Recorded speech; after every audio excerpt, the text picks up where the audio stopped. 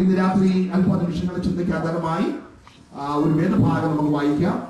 വിശുദ്ധ യോഹന്നാന്റെ സുവിശേഷം 9-ാം അധ്യായം 1 മുതൽ 9 വരെയുള്ള വാക്യങ്ങൾ മൈക്കിലൂടെ ഒരാൾക്ക് ശബ്ദമുയർത്തി വായിക്കും. യേശു കടന്നു പോകുമ്പോൾ പിറവിയിലെ കുരുടനായ ഒരു മനുഷ്യനെ കണ്ടു. അവന്റെ ശിഷ്യന്മാർ അവനോട്, റബി, ഇവൻ കുരുടനായി പിറക്കത്തക്കവണ്ണം ആര് പാപം ചെയ്തു, ഇവനോ ഇവന്റെ അമ്മയപ്പന്മാരോ എന്ന് ചോദിച്ചു. അതിന് യേശു, അവനെങ്കിലും അവന്റെ അമ്മയപ്പന്മാരെങ്കിലും പാപം ചെയ്തിട്ടല്ല, ദൈവപ്രവൃത്തി അവങ്കിൽ വെളിവാകേണ്ടതിനത്രേ. എന്നെ അയച്ചവന്റെ പ്രവൃത്തി പകലുള്ളിടത്തോളം നാം ചെയ്യേണ്ടതാകുന്നു. ആർക്കും പ്രവർത്തിച്ചുകൂടാത്ത രാത്രി വരുന്നു. ഞാൻ ലോകത്തിൽ ഇരിക്കുമ്പോൾ ലോകത്തിന്റെ വെളിച്ചമാകുന്നു എന്ന് ഉത്തരം പറഞ്ഞു. ഇങ്ങനെ പറഞ്ഞിട്ട് അവൻ നിലത്ത് തുപ്പി, തുപ്പൽ കൊണ്ട് ചേറുണ്ടാക്കി ചേർ അവന്റെ കണ്ണിന്മേൽ പൂശി, നീ ചെന്ന് ശീലോഹാം കുളത്തിൽ കഴുകുക എന്നവനോട് പറഞ്ഞു. ശീലോഹാം എന്നതിന് അയക്കപ്പെട്ടവൻ എന്നർത്ഥം. അവൻ പോയി കഴുകി കണ്ണു കാണുന്നവനായി മടങ്ങി വന്നു. അയൽക്കാരും അവനെ മുൻപേ ഇരക്കുന്നവരായി കണ്ടവരും, ഇവനല്ലയോ ഇവിടെ ഇരുന്ന് ഭിക്ഷ യാചിച്ചവൻ എന്ന് പറഞ്ഞു. അവൻ തന്നെ എന്ന് ചിലരും, അല്ല അവനെ പോലുള്ളവൻ എന്ന് മറ്റു ചിലരും പറഞ്ഞു. ഞാൻ തന്നെ എന്ന് അവൻ പറഞ്ഞു. ഞാൻ തന്നെ എന്ന് അവൻ പറഞ്ഞു. കണ്ണടച്ച ഒരു നിമിഷം നമുക്ക് ദൈവത്തോടെ പ്രാർത്ഥിക്കാം. എല്ലാവരും പ്രാർത്ഥിക്കട്ടെ, എല്ലാവരും പ്രാർത്ഥിക്കട്ടെ. ഹല്ലേലൂയ, ഹല്ലേലൂയ, ഹല്ലേലൂയ. അതരങ്ങൾ തുറക്കട്ടെ, ഹൃദയങ്ങൾ തുടിക്കട്ടെ. ഇന്ന് രാത്രി ദൈവവചന കേൾവിക്കായി പ്രൈസലോട് ഏതാത്മാവിൽ ഈ വചനം ദൈവം എഴുതിയോ അതേ ആത്മാവിൽ ഇന്ന് രാത്രി വചനത്തിന്റെ ആഴങ്ങളിലേക്ക് ദൈവം നമ്മെ ഇറക്കുവാൻ, ഒരു പുതിയ അനുഭവത്തോട് രാത്രി മടങ്ങുവാൻ, ഇന്ന് രാത്രി ചില ഹൃദയങ്ങൾ കർത്താവിലേക്ക് തുറക്കപ്പെടുവാൻ എല്ലാവരും ദൈവത്തോട് ആത്മാർത്ഥമായി പ്രാർത്ഥിക്കട്ടെ. യേശുവിന്റെ നാമത്തിൽ ഹല്ലേലൂയ, ഹല്ലേലൂയ, ഹല്ലേലൂയ. ആരോഗ്യപ്പെട്ട കുഞ്ഞാടിന് മഹത്വം, ആരോഗ്യപ്പെട്ട കുഞ്ഞാടിന് മഹത്വം, ആരോഗ്യപ്പെട്ട കുഞ്ഞാടിന് മഹത്വം. ഓ രക്തത്താല ചെയ്യും, രക്തത്താല ചെയ്യും. എല്ലാ കണ്ണമടയട്ടെ, എല്ലാ കണ്ണമടയട്ടെ, എല്ലാ ഹൃദയങ്ങളും ഇന്ന് രാത്രി കർത്താവിനെ തുറക്കപ്പെടട്ടെ. ആരും വാകൂട്ടിയിരിക്കരുത്. അതെ, ഹല്ലേലൂയ. 40 വർഷം ദൈവം മന്ന കൊടുത്തിട്ട് മന്ന പറ്റിക്കുമ്പോൾ തന്നെ വാ തുറന്ന പിറുപിറുത്ത ജനത്തിന് മന്ന കൊടുക്കാൻ ദൈവം മറന്നില്ലെങ്കിൽ ഇന്ന് രാത്രി അതരം തുറന്ന് തുതിക്കുന്നവന് മടി കൂടാതെ കൊടുക്കാൻ തുറന്ന് നന്മ തരുവാൻ ദൈവം ശക്തനാകയാൽ ഈ രാത്രി ഏറ്റവും കൂടാതെ ദൈവത്തെ തുതിക്കുവാനായി ആകട്ടെ. ഹല്ലേലൂയ, ഹല്ലേലൂയ. ഓ രക്തദാനജയം, ഹല്ലേലൂയ. നീ തുതിക്കുമ്പോൾ തന്നെ ദൈവ സാന്നിധ്യത്തിലൂടെ ഇറങ്ങുകയാണ്. ദൈവത്തിന്റെ വലിയ ഗ്ലോറിനെസ് നിന്റെ മേൽ ഇറങ്ങി വരുകയാണ്. തുതിക്കുന്നവന്റെ മേൽ ഇറങ്ങി വരുന്ന ആ ദൈവത്തിന്റെ മഹത്വത്തിനകത്ത് കണ്ടുകൊണ്ട് എല്ലാവരും ദൈവത്തെ തുതിച്ചുകൊണ്ടാണ്. ഹല്ലേലൂയ. അല്ല, ശക്തിയാലെ അല്ല, എന്റെ ദൈവത്തിന്റെ ആത്മാവിനാൽ തന്നെ എന്നറിയിക്കുന്ന കർത്താവ് ഇന്ന് രാത്രി ആത്മാവിന്റെ പ്രവർത്തികൾ ചെയ്യുവാൻ, വചനത്തിന്റെ വാതിൽ നമുക്കായി തുറക്കുവാൻ, പ്രകാശിക്കുവാൻ തടസ്സമായിരിക്കുന്ന ഭൂമികളുടെ സ്വർണ്ണം ഇന്ന് രാത്രി കരുതേക്കുവാൻ എല്ലാവരും ഒരുമിച്ച് ദൈവത്തോടെ പ്രാർത്ഥിക്കട്ടെ. ദൈവത്തെ തുതിക്കാനായില്ല.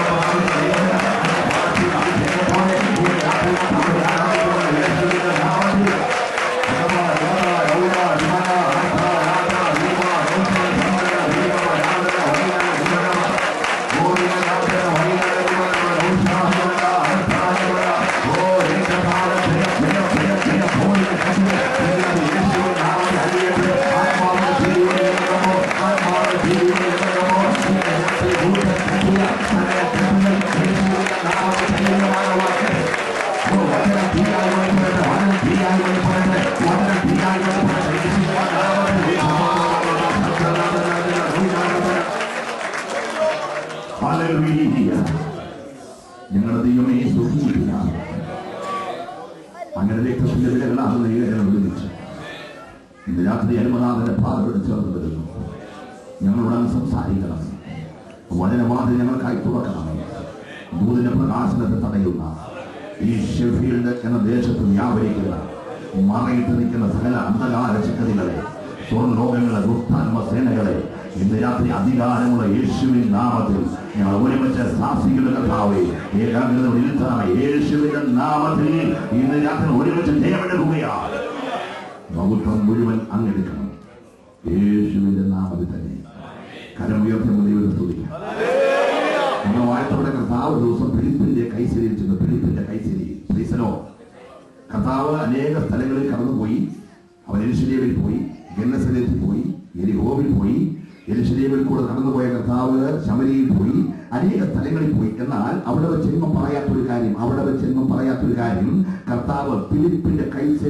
സ്ഥലത്ത് ചെന്നിട്ട് ശിഷ്യന്മാരെ വിളിച്ചു ചോദിച്ചു, ശിഷ്യന്മാരെ, നിങ്ങൾ മനുഷ്യപുത്രനെ ആരെന്ന് പറയുന്നു? ശിഷ്യന്മാർ പല അഭിപ്രായം പറഞ്ഞു. യേശു ചോദിച്ചു, ആട്ടെ നിങ്ങൾ എന്ത് പറയുന്നു? അവർ പറഞ്ഞു, നീ ജീവനുള്ള ദൈവത്തിന്റെ പുത്രനായ ക്രിസ്തുവാണ്. കർത്താവ് അവിടെ ഒരു പ്രഖ്യാപനം നടത്തി. കർത്താവ് ലോകത്തിൽ എന്തിനു വന്നോ അതിന്റെ പരസ്യ പ്രഖ്യാപനം നടത്തുവാൻ കർത്താവ് തെരഞ്ഞെടുത്ത സ്ഥലം ഫിലിപ്പിന്റെ കൈസരിയ. സ്തോത്രം. ലോകം കണ്ട മഹാനായ അലക്സാണ്ടർ ചക്രവർത്തിയുടെ പിതാവായ ഫിലിപ്പ് രാജാവിന്റെ പേരിൽ ഫിലിപ്പ് രാജാവ് പണികഴിപ്പിച്ച മനോഹരമായ കൈസരിയ പട്ടണം, ഫിലിപ്പിന്റെ കൈസരിയ എന്ന പട്ടണം ഫിലിപ്പിന്റെ കാലശേഷം വന്നപ്പോൾ പ്രകൃതിക്ഷോഭത്താൽ തകർന്ന തരിപ്പണമായി. തന്റെ മകനായ അലക്സാണ്ടർ തന്റെ പിതാവിന്റെ ഓർമ്മ നിലനിർത്തുവാൻ തന്റെ പ്രതാപം മുഴുവൻ ഉപയോഗിച്ച് സാമ്രാജ്യ അധിപനായിരുന്ന, യവനായ സാമ്രാജ്യത്തിലെ ശക്തനായ അധിപനായിരുന്ന, ലോകം കണ്ട ഏറ്റവും മഹാനായ അലക്സാണ്ടർ തന്റെ സകല പ്രതാപം കൊണ്ട് ഈ രാജ്യത്തെ, ഈ പട്ടണത്തെ വീണ്ടും പുതുക്കിപ്പടും. സ്തോത്രം. പക്ഷേ അലക്സാണ്ടറിന്റെ കാലശേഷം ഈ പട്ടണം വീണ്ടും തകർന്ന് തരിപ്പണമായി. തന്റെ കാലശേഷം യേശുക്രിസ്തു തൊട്ടു മുമ്പ് രാജ്യം ഭരിച്ച മഹാനായ ഹേരോദാവ് എന്നറിയപ്പെട്ട രാജാവ് ഫിലിപ്പിന്റെയും അലക്സാണ്ടറിന്റെയും ഓർമ്മ നിലനിർത്തുവാൻ ഈ പട്ടണം വീണ്ടും പണിതു ഫിലിപ്പിന്റെ കൈസരി എന്ന് പറഞ്ഞു. യേശുക്രിസ്തുവിന്റെ കാലഘട്ടത്തിൽ അവിടുത്തെ മനോഹരമായ സൗധം ഇടിഞ്ഞു വീണു. ജനം ചോദിച്ചു, കർത്താവേ, ഈ പർവ്വതം, ഈ മനോഹരമായ മന്ദിരങ്ങൾ ഇടിഞ്ഞു വീണ് ആളുകൾ മരിക്കാൻ കാരണം എന്നാ എന്ന് ചോദിച്ച് ആ പട്ടണത്തിലെ ഇടിഞ്ഞു കൂടിക്കിടക്കുന്ന, തകർന്ന് തരിപ്പണമായി കിടക്കുന്നതിനെ മണ്ടയ്ക്ക് കർത്താവ് കയറി നിന്നിട്ട് പറഞ്ഞു, മനുഷ്യൻ പണിയുന്നതൊക്കെ തകരും. ഫിലിപ്പ് പണിതാലും തകരും, അലക്സാണ്ടർ പണിതാലും തകരും, ഹേരോദാവ് പണിതാലും തകരും. എന്ന തകരുന്നതിന്റെ മണ്ടയ്ക്ക് തകരാത്തവൻ കയറി നിന്ന് വിളിച്ചൊരു കാര്യം പറഞ്ഞു, ഞാൻ പണിയും. ഞാൻ എന്റെ സഭയെ പണിയും, പാതാള ഗോപുരങ്ങൾ അതിനെ ചെയ്യുകയില്ല. ഇന്ന് രാത്രി എന്നെ കേൾക്കുന്ന ദൈവത്തിന്റെ പൈതലെ, ഈ ഷെഫീൽഡ് എന്ന് പറയുന്ന ഇംഗ്ലണ്ടിലെ മനോഹരമായ ഉരുക്കിന്റെ പട്ടണത്തിൽ, സ്റ്റീൽ സിറ്റിയിൽ പിശാച് ഉരുക്കുപോലെ കോട്ട പിടിച്ചു വെച്ചെടുത്ത് സ്വർഗം ഇന്ന് രാത്രി പ്രാരംഭത്തിൽ പറയുന്നു, യേശു പണിയാൻ പോവുകയാണ്. സഭയെ പണിയും, പാതാള ഗോപുരങ്ങൾ അതിനെ ചെയ്യുകയില്ല. ഇന്ന് രാത്രി കുടുംബത്തിൽ മൂടി നിൽക്കുന്ന പൈശാചിക കോട്ടകളെ വെട്ടി പണിയുവാൻ കഴിവുള്ള ഒരു സ്വർഗ്ഗം ഇവിടെ ഇറങ്ങി വന്നിട്ടുണ്ട്. നീ വിശ്വസിക്കാൻ തയ്യാറായാൽ ഈ ദൂതിലേക്ക് ദൈവത്തിന്റെ ആത്മാവ് പ്രവേശിക്കുമ്പോൾ തന്നെ നിന്റെ കുടുംബത്തെ പണിയുവാൻ പോവുകയാണ്. ഓ ഹല്ലേലൂയ, പ്രൈസ് ദി ലോർഡ്. ഞാൻ ദൈവത്തെ സ്തുതിക്കുന്നു. യോഹന്നാൻ യേശുവിനെ പരിചയപ്പെടുത്തിയത് യോഹന്നാന്റെ സുവിശേഷം 1-ാം അധ്യായം 32-ാമത്തെ വാക്യം വായിക്കുമ്പോൾ, യോഹന്നാന്റെ സുവിശേഷം 1-ാം അധ്യായം,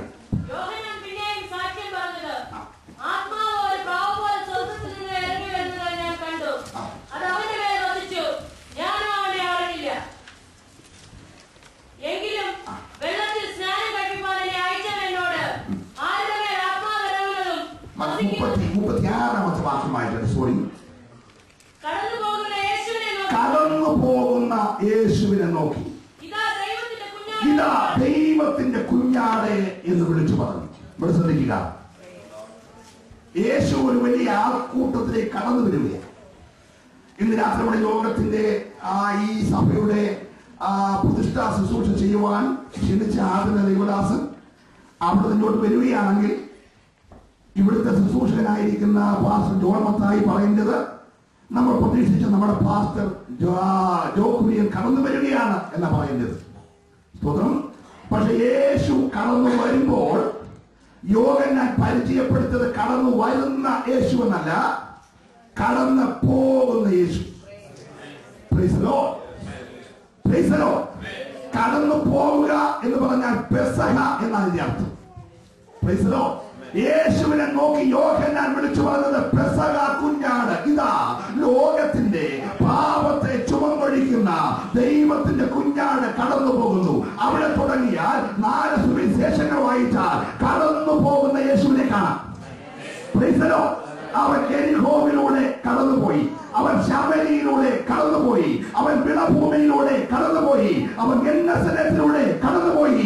ഇന്ന് രാത്രി അവൻ ശിഫേലിലൂടെ കടന്നു പോകുകയാണ്. നിന്റെ സമീപത്തൂടെ അവൻ കടന്നു പോകുന്നുണ്ട്. അവൻ കടന്നു പോകുന്നത് നിന്നെ കണ്ടൊരു ഗ്ലോറി പറഞ്ഞു പോകാനല്ല,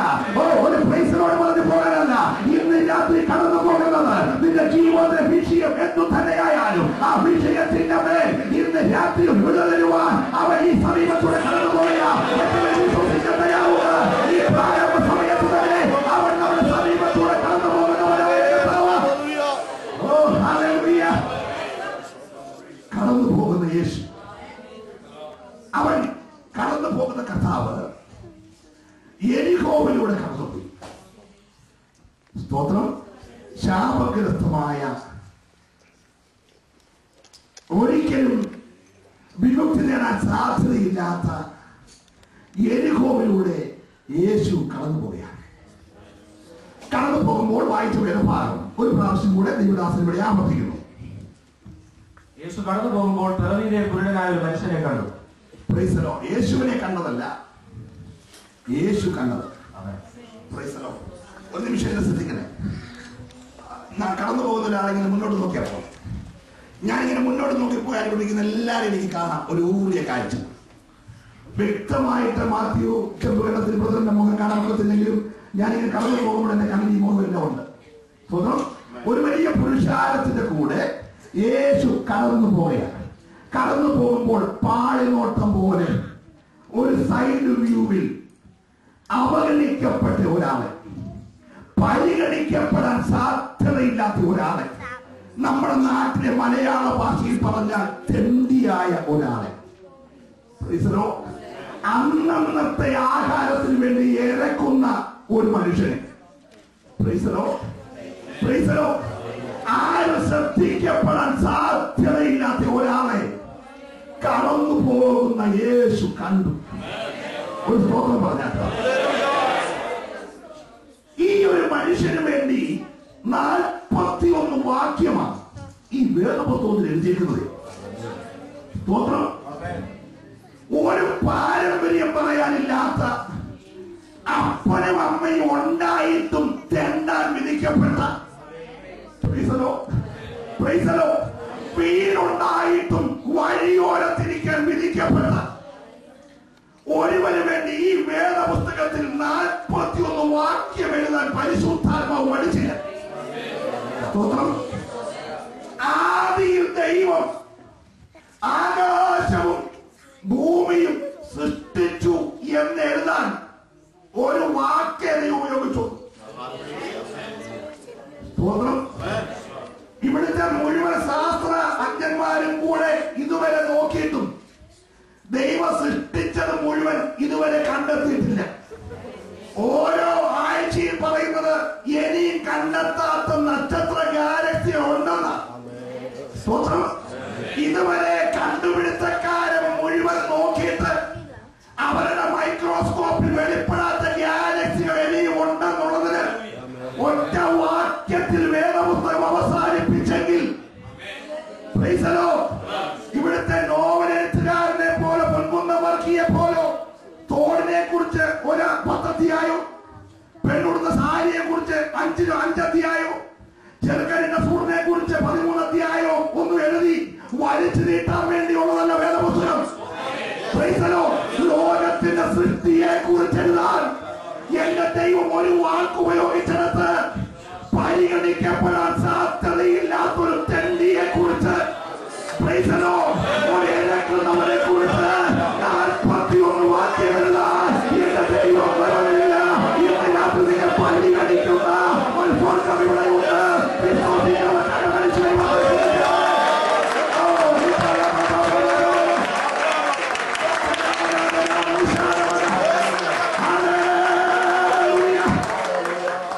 ഞാൻ ഈ വാക്യം വായിച്ച ആത്മാവിനകത്തുണ്ട്.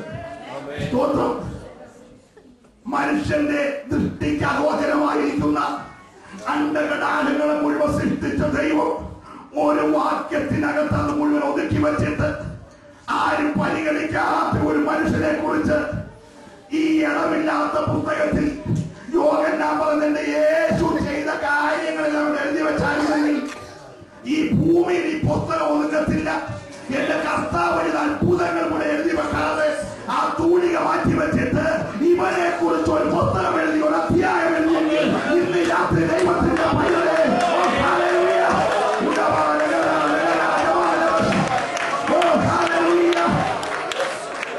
ഇന്ന് രാത്രി നീ അവഗണിക്കപ്പെട്ട വ്യക്തിയാണ്, നീ തള്ളപ്പെട്ട വ്യക്തിയാണ്, കുടുംബത്തിൽ ഒറ്റപ്പെട്ട വ്യക്തിയാണ്, ഭവനത്തിൽ നിന്ന് പുറത്താക്കിയ വ്യക്തിയാണ്. നിന്നെ അംഗീകരിക്കാൻ തക്ക ഒന്നും ഒരു പക്ഷേ നിന്റെ പക്കലില്ലായിരിക്കാം. പക്ഷേ ഇന്നത്തെ ആരോടൊക്കെയോ എന്റെ ദൈവത്തിന്റെ ആത്മ വിടപെടാൻ പോകുകയാ. ഹല്ലേലൂയ. നിന്നെ കാണുന്ന ഒരു സ്വർഗം ഇന്ന് രാത്രി നിന്റെ സമീപത്തൂടെ കടന്നു പോവുകയാ.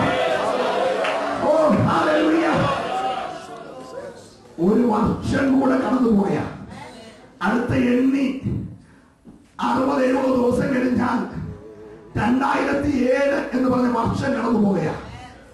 ചില മണിക്കൂർ കഴിഞ്ഞാൽ ഈ ദിവസം കടന്നു പോവുക. നിന്റെ ആയുസിന്റെ ഒരു ദിവസം കൂടെ ഇന്ന് രാത്രി കടന്നു പോവുക.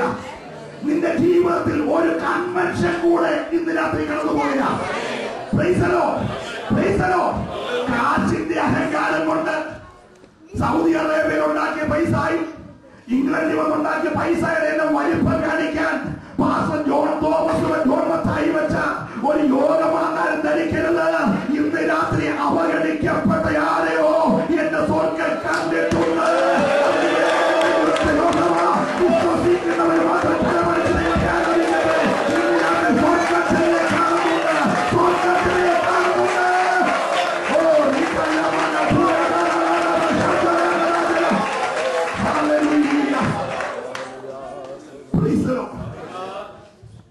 ദേവദാസന്റെ അനുഭവ സാക്ഷ്യം കേട്ടപ്പോൾ അതങ്ങ് തുടർന്നാലോ എന്ന് ഞാൻ ഇവിടെ ഓർത്തുപോയി.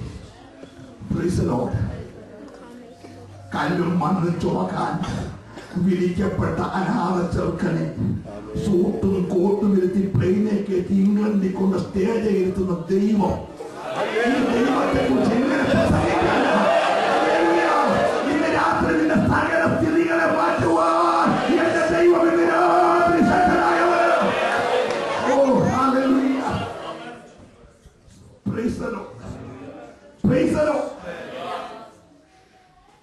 ഇവനെ യേശു കണ്ടു.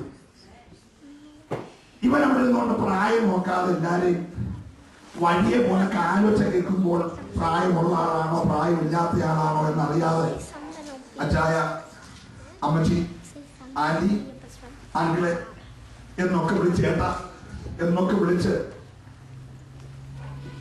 10 പൈസ പാത്രത്തിൽ വീഴാൻ വേണ്ടി നിലവിളിക്കുമ്പോൾ ഇവൻ അവിടെ ഇരിക്കുന്നത് അറിയാവുന്ന പലരും ആ റൂട്ടിൽ കൂടെ പോകുമ്പോൾ വളരെ പതുക്കെ ചവിട്ടി പോകുന്നുള്ളൂ. കാരണം കേട്ടാ വിളിക്കും, വിളിച്ചാൽ 10 കാശ് പോക്കറ്റിൽ നിന്ന് പോക്കാം. സ്തോത്രം. ആരും ഇവന്റെ അടുക്ക നിൽക്കാറില്ല.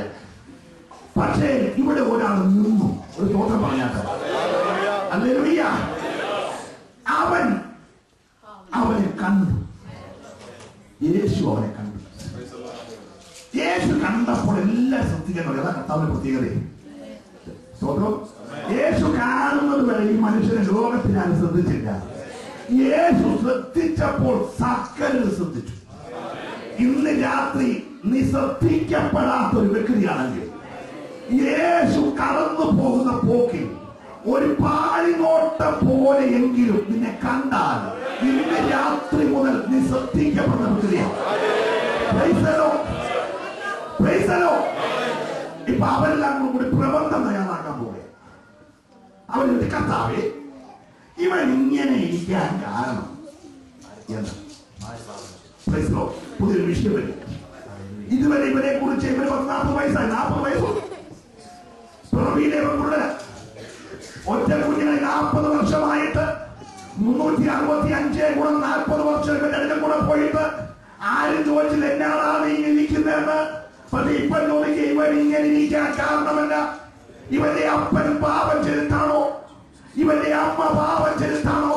യഹൂദന്റെ ഇടയിൽ ഒരു പഴഞ്ചൊല്ലുണ്ട്, അപ്പൻ പച്ചമുന്തിരിങ്ങ തിന്നാൽ മക്കളുടെ പല്ല് പുളിക്കും. എന്നാൽ യെശയ്യാ പ്രവാചകൻ പറഞ്ഞ ആ പഴഞ്ചൊല്ല് മാറാൻ പോയാ, ഷെഫീൽഡിൽ നിന്നും ആ പഴഞ്ചൊല്ല് മാറാൻ പോയാ. നിന്റെ അപ്പൻ പാപം ചെയ്താലും നീ ഇന്ന് രാത്രി കർത്താവിനാൽ വിളിക്കപ്പെട്ടാൽ, ഓ നിന്റെ അപ്പൻ തിന്ന പച്ചമുന്തിരിങ്ങയുടെ പുളിപ്പ് നിന്റെ പല്ലേ വരാതെ നിന്നെ വിടുവിപ്പാൻ എന്റെ യേശു ശക്തനായവനാ.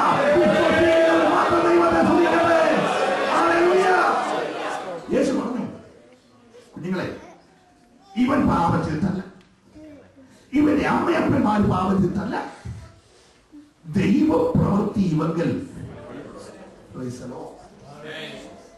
ദൈവപ്രവൃത്തി വെളിപ്പെടാൻ ഇങ്ങനെയൊക്കെ വേണം. സ്തോത്രം. 2 കണ്ണും ഇല്ലാതെ അപ്പനും അമ്മയ്ക്കും വേണ്ടാതെ 40 വർഷം പൊട്ടക്കണനായി വഴിയോടെ തിരക്കാൻ ഇരുത്തിയാണോ ഒരുത്തന്റെ വീട്ടിൽ ദൈവപ്രവൃത്തി വെളിപ്പെടുന്നത്?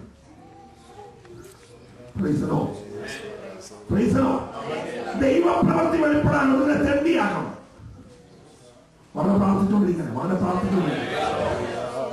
ഇവന് ചോദിക്കാനുണ്ട്, കർത്താവേ എനിക്ക് മാത്രമല്ല ഇങ്ങനെ, സ്തോത്രം, എന്റെ വീട്ടിൽ മാത്രമല്ല ഇങ്ങനെയാണോ നിന്റെ പ്രവൃത്തി എന്റെ വീട്ടിൽ വെളിപ്പെടുത്തുന്നത്? അതെ, യേശുവിന് മറുപടിയുണ്ട്, നിന്റെ വീട്ടിൽ ദൈവ പ്രവൃത്തി വെളിപ്പെടാൻ പോവുകയാ. ഇങ്ങനെയൊക്കെ വന്നതിന്റെ പിന്നിൽ എങ്ങനെയൊക്കെ നീ വിചാരിച്ചാൽ മതി. ഇങ്ങനെയൊക്കെ നിനക്ക് വന്നതിന്റെ പിന്നിൽ, നിന്റെ വീട്ടിൽ വന്നതിന്റെ പിന്നിൽ, നിന്റെ തലമുറയ്ക്ക് വന്നതിന്റെ പിന്നിൽ എന്റെ ദൈവത്തിന് ഒരു പ്രവൃത്തി നിന്റെ വീട്ടിൽ വെളിപ്പെടുത്താനുണ്ട്. വിശ്വസിക്കുന്നവർ മാത്രം ദൈവത്തെ സ്തുതിക്കട്ടെ. നിന്റെ വീട്ടിൽ സംഭവിച്ചതിന്റെ പിന്നിൽ എന്റെ ദൈവത്തിന് ഒരു പ്രവൃത്തി വെളിപ്പെടുത്താനുണ്ട്. ഞാൻ ദൈവത്തെ സ്തുതിക്കുകയാണ്. യേശുവിന്റെ മുഖത്തോട്ട് നോക്കി, അവന്റെ മുഖത്തെ സൗന്ദര്യം, മുഖത്ത് നോക്കിയാൽ നിലത്ത് തുപ്പും. സ്വതന്ത്രം പറഞ്ഞു, ആരും സ്വതന്ത്രം പറഞ്ഞില്ല. ഇവന്റെ പേഴ്സണാലിറ്റി, മുഖത്ത് നോക്കിയാൽ ബാക്കി പറ, അത്ര സൗന്ദര്യം. സ്തോത്രം. യേശു അവന്റെ മുഖത്തേക്ക് നോക്കി നിലത്തേക്ക് ഉറക്കെ തുപ്പി. ഹല്ലേലൂയ. നിലത്ത് തുപ്പി, തുപ്പൽ കൊണ്ട് ചേറുണ്ടാക്കി. യേശുവിന്റെ തുപ്പലിനകത്ത് അവന്റെ കൈവെള്ളം തന്നെ ഇട്ട് കറക്കി ചേറുണ്ടാക്കി എന്നെഴുതിയിരിക്കുമ്പോൾ എന്റെ പാഴ്ചയെ പറഞ്ഞാൽ ഏതൊരു ചെയ്ത പ്രവൃത്തി അവിടെ ചെയ്തില്ലാത്ത രണ്ട് കണ്ണുണ്ടാക്കി. 40 വർഷമായി ഇല്ലാത്ത രണ്ട് കണ്ണ് കർത്താവ് നിലത്ത് തുപ്പൽ കൊണ്ടുണ്ടാക്കി. അവന്റെ കണ്ണിലോട്ട് വെച്ചിട്ട് പറഞ്ഞു, ശീലോക കുളത്തിൽ പോയി കല്യാണം. ഓ ഹല്ലേലൂയ. ഇതേ പുസ്തകത്തിന്റെ അടുത്ത അധ്യായങ്ങളിൽ യേശു ഒരു കുരുടനെ കണ്ടു. യേശു കണ്ടാൽ യേശുവിനെ അവൻ കണ്ടത്. വലിയ പുരുഷാരം കടന്നു പോകുമ്പോൾ അവർ ചോദിച്ചു, ആരായി വലിയ പുരുഷാരം? അവർ യേശു കടന്നു പോയിക്കൊണ്ടിരിക്കുകയാ. കടന്നു പോകുന്ന യേശുവിനെ കുറിച്ച് ചെവി വാർത്ത കേട്ട പൊട്ടക്കണ്ണൻ വിളിച്ചു ചോദിച്ചു, ദാവീദ് പുത്രാ, എന്നോട് കരുണയുണ്ടാകണമേ. യേശു നിന്നു. യേശു ചോദിച്ചു, ഞാൻ നിനക്ക് എന്തു ചെയ്യണം? അവൻ പറഞ്ഞു, നീ കാഴ്ച പ്രാപിക്കണം. യേശു തുപ്പിയില്ല, യേശു തൊട്ടില്ല, സൗഖ്യമാകാൻ പറഞ്ഞില്ല. യേശു പറഞ്ഞു, പ്രാപിച്ചോ. ഇന്നലത്തെ കണ്ണുപൊട്ടനോട് പ്രാപിച്ചോളാൻ പറഞ്ഞ കർത്താവ് ഇന്നത്തെ കണ്ണുപൊട്ടന്റെ അടുക്കൽ നിലത്തു തുപ്പി ചേറുണ്ടാക്കി കണ്ണി പൂശിയിട്ട് കണ്ണ് കാണാത്തോട് പറയാണ്, മൈലുകൾക്കപ്പുറത്ത് പോയി ഈ തിരക്കുള്ള റോട്ടിൽ കൂടെ, ട്രാഫിക്കുള്ള റോട്ടിൽ കൂടെ നീ അങ്ങ് നടന്ന് അങ്ങ് ശീലോക കുളത്തിൽ പോയി കഴുകാൻ. യേശുവിന്റെ പ്രവർത്തിക്കുന്ന ഒരു പുതുമയാണ്. ഇന്നലെ നിലത്ത് തുപ്പി തുപ്പൽ കൊണ്ട് ചേറുണ്ടാക്കി ഒരാൾ സൗഖ്യമായ അവർ ശുശ്രൂഷയാക്കി വേണ്ട മുഴുവൻ കൊണ്ടാണെന്ന് എല്ലാവരെയും കണ്ട് തുപ്പുന്ന പരിപാടിയുടെ കർത്താവിന്റെ സ്വന്തം. ഞാനോ വെള്ളം ശുശ്രൂഷിച്ചപ്പോഴാണ് ഒരാൾ സൗഖ്യമായെങ്കിൽ ഞാൻ തുപ്പൽ കുപ്പിക്കാൻ കൊണ്ടാണത്. പോരാത്തെല്ലാം തുപ്പൽ വന്നുകൊണ്ട് പോലെ എല്ലാവരെയും കണ്ണിപ്പരത്തിയേ. എന്നാൽ അടുത്ത കണ്ണുകൊണ്ട് കർത്താവ് അങ്ങനെ തന്നെ സൗഖ്യമാക്കിയത്. ഒരുത്തനെ കാട്ടിലേക്ക് കൊണ്ടുവന്നു. കർത്താവ് കാട്ടിലേക്ക് പോകണം. സ്വന്തം അവർ കാട്ടിലില്ലാതെ പോയെങ്കിൽ അടുത്തോണ്ട് വന്ന് കാട്ടിൽ കൊണ്ടുപോകാമോ? 32 വർഷമായി കിടക്കുന്നത് കാട്ടിലെടുത്ത് പോകണമോ? ഒരുത്തരം വന്ന് കാട്ടിൽ ഇട്ടേച്ചു പോവാൻ, മറ്റോട് വന്ന് കാട്ടിൽ കൊണ്ടുപോകാൻ. 10 കുട്ടരോ ഇങ്ങോട്ട് വന്നു. കർത്താവ് പറഞ്ഞു, പോയി പുരോഹിതനെ കാണിക്ക്. സൗഖ്യമാകാൻ പറഞ്ഞില്ല. മനസ്സിലാകുന്നുണ്ടോ? പോയി നിങ്ങളെ തന്നെ പുരോഹിതനെ കാണിക്ക്. അവർ പോകുന്ന പോക്കിൽ എന്ത് ചെയ്തു? ഇന്ന് രാത്രി പോകുന്ന പോക്കിൽ കൂടെ സംഭവിക്കാൻ പോയാൽ ദൈവത്തിന്റെ പ്രവൃത്തി എന്റെ ജീവിതത്തിൽ വെളിപ്പെടാൻ പോയാ.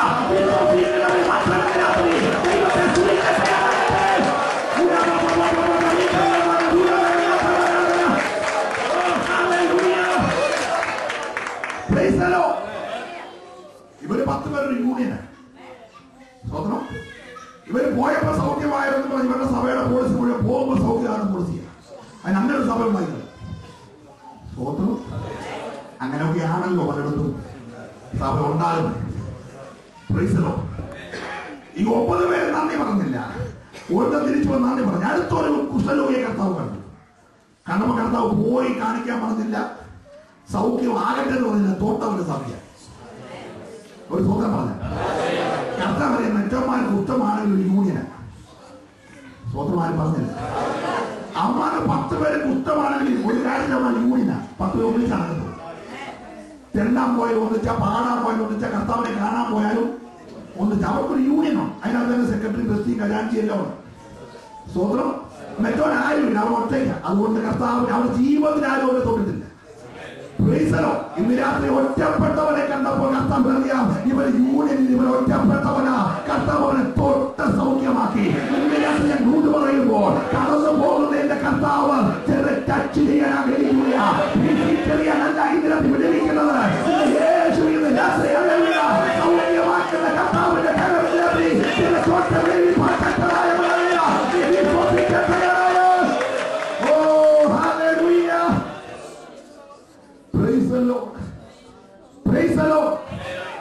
ഞാൻ ദൈവത്തെ നന്ദിയോടെ സ്തുതിക്കുന്നു. സ്തോത്രം. ഹല്ലേലൂയ. രാജാക്കന്മാരുടെ പുസ്തകം 7-ാം അധ്യായം. 2 രാജാക്കന്മാരുടെ പുസ്തകം 7-ാം അധ്യായം 1-ഉം 2-ഉം വാക്യം. വേഗം ഒന്ന് വായിക്കും.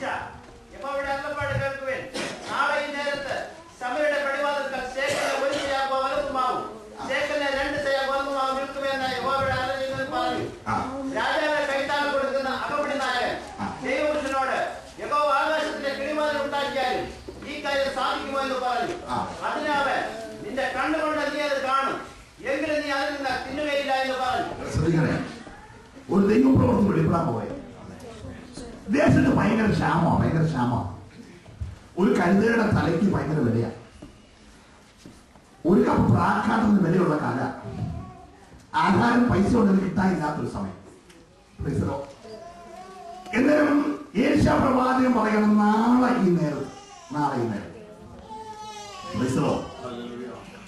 അവിടെ നായകൻ പറഞ്ഞു, സ്വർഗത്തിൽ ഒരു കിളിവാതിൽ തുറന്നു വെച്ചാലും അത് സംഭവിക്കരുത്. രാജ്യത്തെ സാഹചര്യം കൊണ്ടാണ്. സ്തോത്രം. ഏലിശ പറഞ്ഞു, നീ അത് കാണും. പക്ഷേ പിറ്റേ ദിവസം ആ നേരത്ത് ശേക്കലിന് 1 സെയ ഗോതമ്പും ശേക്കലിന് 2 സെയ യവു അവിടെ ചെയ്തു വിറ്റു. അകമ്പടി നായകൻ ചവിട്ടെല്ലാം ചെയ്തു. അങ്ങനെയാണ് നമ്മളൊക്കെ എത്രയോ പ്രാവശ്യം ചവിട്ടിട്ട് ജാഗ്രത. നമ്മളൊക്കെ പറഞ്ഞൊരു കാര്യമില്ല, അവൻ പറഞ്ഞുള്ളൂ. എന്റെ പാസ്റ്ററെ അതിപ്പോ ഏതായാലും കൊണ്ട് കിളിവാതിൽ തുറന്നാലും സംഭവിക്കാൻ പോകുന്ന കാര്യമൊന്നാണ്. ഇതെന്നെ ആകാശത്ത് കെട്ടി തൂക്കി ഇറങ്ങി തരുമോ എന്നൊക്കെ നമ്മൾ ചോദിച്ചേ. ഈ അകമ്പടിനായ ചോദിച്ച ചോദ്യം നമ്മൾ തന്നെ എത്രയോ പ്രാവശ്യം ചോദിച്ചതാ. തമ്പുരാനെ കൃപകൊണ്ടല്ലേ ചവിട്ട് കൊള്ളാതിരിക്കുന്നു. ഒരു പ്രോഗ്രാമിനകത്ത് പറഞ്ഞ